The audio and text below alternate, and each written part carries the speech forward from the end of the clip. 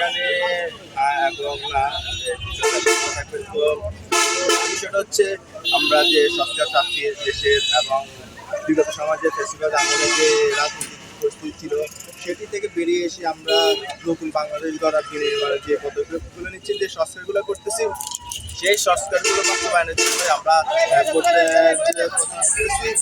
হচ্ছে এটি হচ্ছে আমাদের অধিকার যদি আমরা জয়যুক্ত করতে পারি, আগামী দিনে চাঁদাবাজি থাকবে না, দুর্নীতি থাকবে না, অপশাসন থাকবে না, একদলীয় যে রাজতন্ত্র,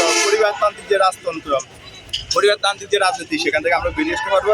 আর যদি না ভোট হয় সেক্ষেত্রে আমরা সেই আগেই ফেসিবাদ আমলে যেভাবে রাজনীতি করেছি ঠিক ভবিষ্যতে ঠিক সেভাবে হবে। তো আমরা দেশবাসী এবং জেলাবাসীকে অনুরোধ করতেছি আপনারা গণভোটের দিন অবশ্যই হারকে জয়যুক্ত করবেন এবং এই দেশের সংস্কারকে সামনের দিকে নেওয়ার জন্য সর্বোচ্চ সচেতন থাকবেন। ধন্যবাদ সবাইকে।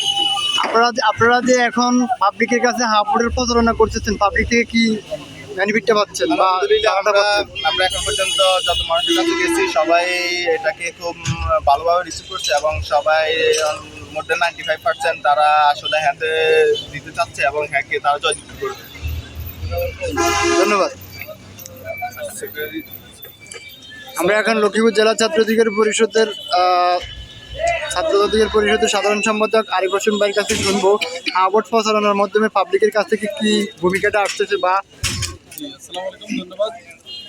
আসলে আমরা বাংলাদেশ ছাত্র অধিকার পরিষদ লক্ষ্মীপুর জেলা শাখার পক্ষ থেকে আজকে সর্বপ্রথম ভোটের পক্ষে প্রচারণা শুরু করলাম।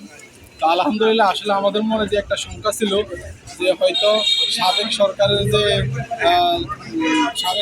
যে বাহিনী আছে তারা হয়তো না ভোটের পক্ষে মানুষকে প্রভাবিত করবে, কিছু মানুষ হয়তো বা না ভোটের পক্ষে যাবে।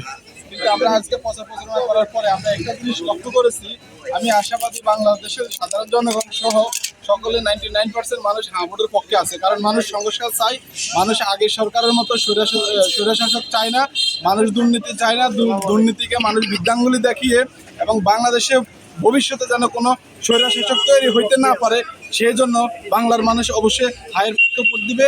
আমি আমার ভিডিওটা যারা দেখছেন তাদেরকে বিনীতভাবে অনুরোধ করব আপনারা সবাই হার পক্ষে ভোট দিবেন।